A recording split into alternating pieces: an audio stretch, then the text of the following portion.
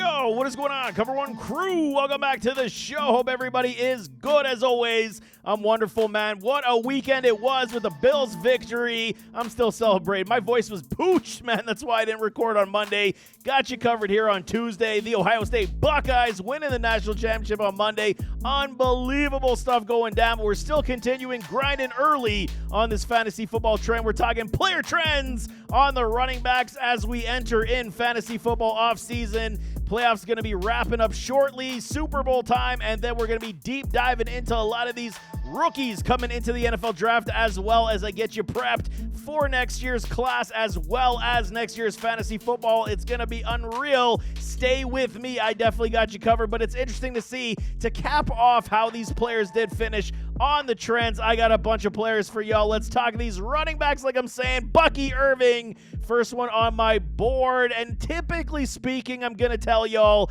last 5 games of the season, and it is historic. You do see it a lot, how their trend does move in the right direction, especially for youthful talent, aging talent as well. You can kind of start seeing when guys are starting to fall off just a little bit, and with younger guys, you start to see the uptick with the 5-6 games remaining of the season, how they did perform. You get a glimpse and a foreshadow to the following season to say, can we start to trust this guy a little bit more? And we know Bucky, he was just killer since about week number 5, finished as a running back 14, 220 points, full 17-game slate. He earned the role, stole it from a Rachaad White. He has just been absolutely balling stellar, and this offense is going to be rolling next year as well with a Baker Mayfield, with a Bucky Irving, with a Rachaad White. We'll see who else they do add to the mix, but he did perform so admirably. It was unbelievable. We see the last 5 games, basically outside of week 14, it was all glory, man. 12.3, 16.7, 21, and 15.4, carrying us likely to those fantasy football championships as well.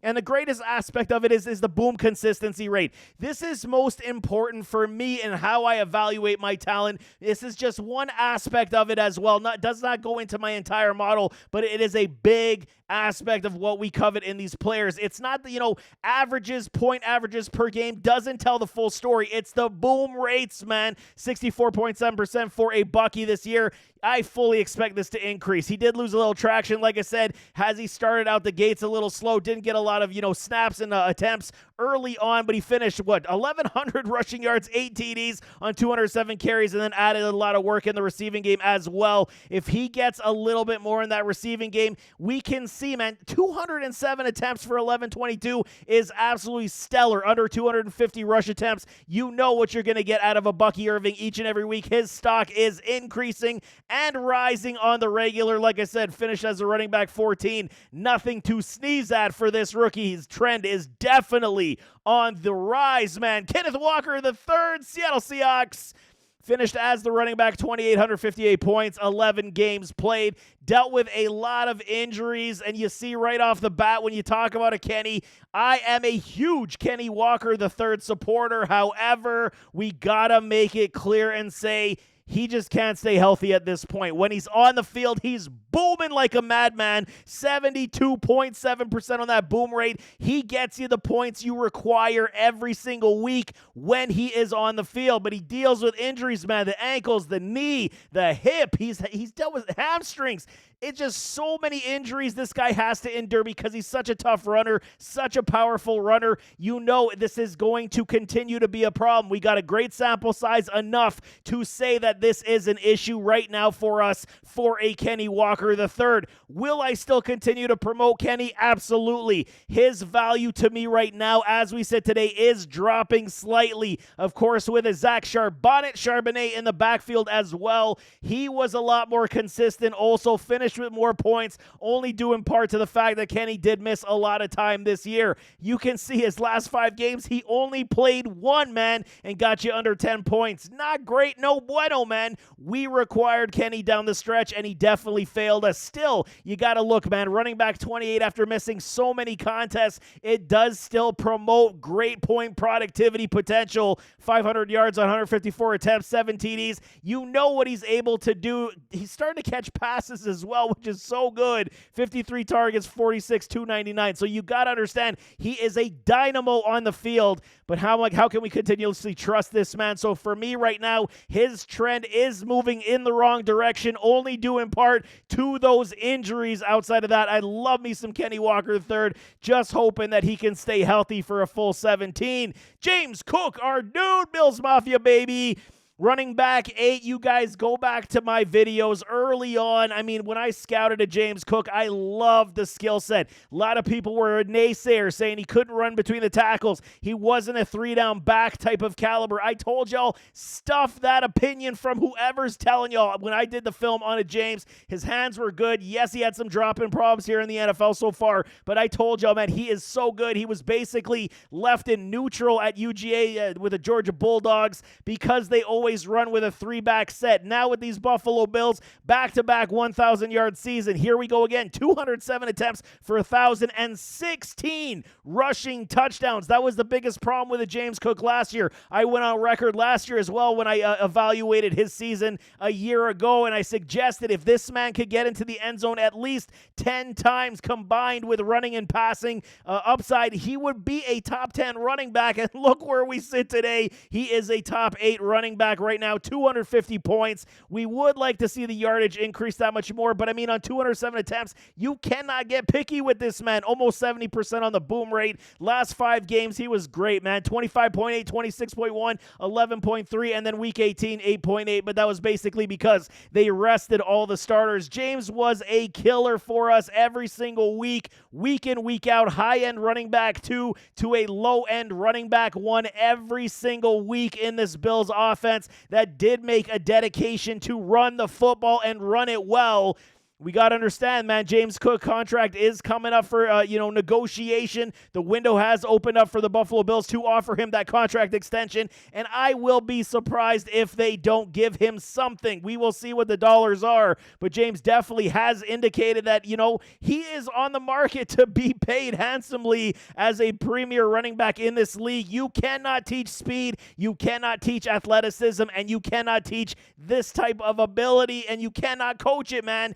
These guys do not come around very often that can get that edge and make home run hits in the open field. I have always been a fan of James Cook, going back to those Georgia Bulldogs, like I'm saying, and I really hope he does stay with the Buffalo Bills, but his stock continues to go on the rise. He added some weight, added some strength, and he looks like a truly physical specimen. I mean, not like Adrian Peterson, but at least he's got some force in his game now to go along with the speed. Absolutely love what James put on the field this year, and I think it's only going to continue to rise as he still is an extremely youthful running back. Next one we got is Ramondre Stevenson. Dre, my guy, and he still is my guy. The issue at hand here with Ramondre Stevenson, finished as a running back 27, 159 in points, 16 games played.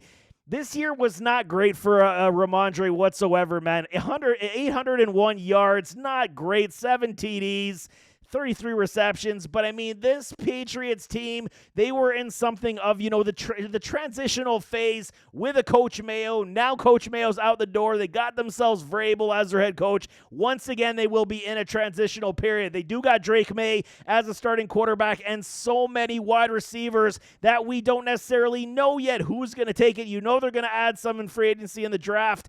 And we don't know what they're going to do with a Ramondre. New coaching staff definitely does reevaluate every position from top to bottom.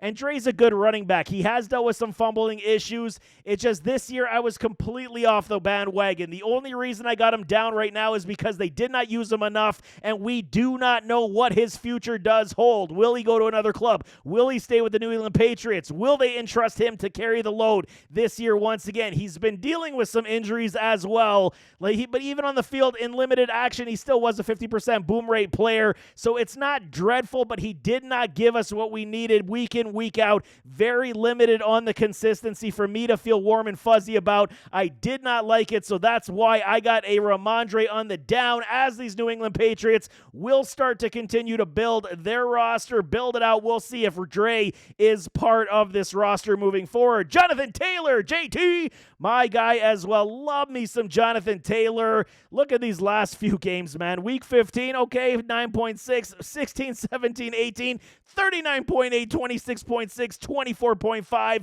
Boom rate almost 75%. He played in 14 games, missed some time to injury again, still finished as a running back 9. 235 points. 1,400 plus yards for a JT. Unbelievable season. 11 rushing TDs.